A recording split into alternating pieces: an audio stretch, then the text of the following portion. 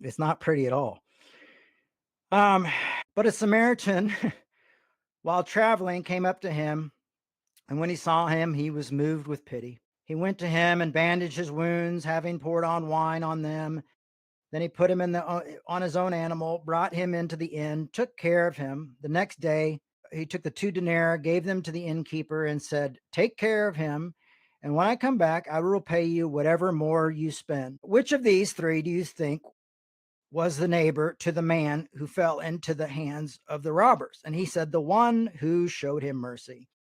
And Jesus said to him, "Go and do likewise." Go and do likewise. Who was the neighbor? Was the pastor, the religious leader, the Jewish teacher? Where none of these people were the true. The true neighbor was the Samaritan. Now, I often, when I talk about this, I often like check myself because I'm like, the division between Samaritans and Jews could not be so bad.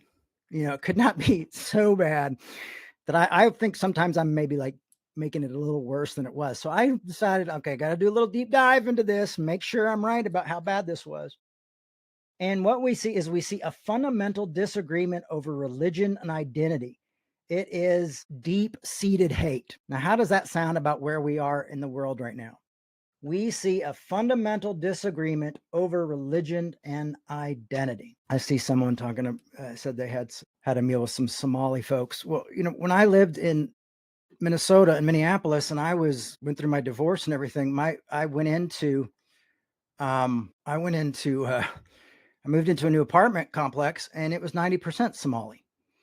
And these people became my neighbors and my friends. And at first it was odd, and we were kind of, they weren't sure about me, and I wasn't, we were all kind of just feeling each other out. And the next thing you know, their kids are walking into my house, playing with my kids, and my kids are able to go into theirs and play with their kids, and they're out in the front yard playing with each other and doing cars and dolls and stuff like that. And it was a nice little community. So this is not something that just comes, back of my hand here.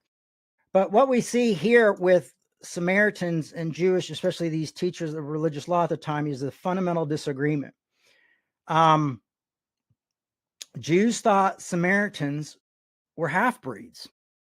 They weren't pure. They were half Jew. And so they were impure. They were seen as foreigners, half foreigners. Even that, for some reason, they thought that was even worse. Like, oh, the foreigners came here and had sex with our people. And look, now we have these half breeds. So this is a horrible way of seeing any human being at all. Okay. And so the idea is they're foreigners and they're half breeds. So Jesus is showing this teacher, like, okay, who's being the neighbor?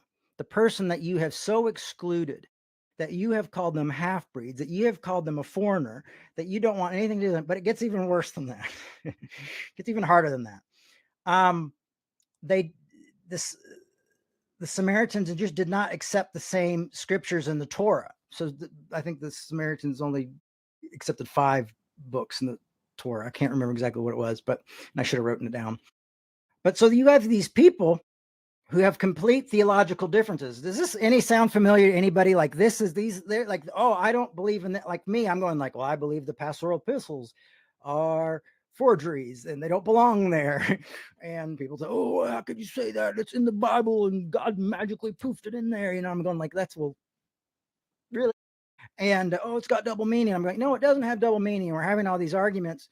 So this is the same thing that's been happening since the beginning of time. Ethnic, they don't think people belong there. They think they're half-breeds. There's ethnic differences. There's traditional differences.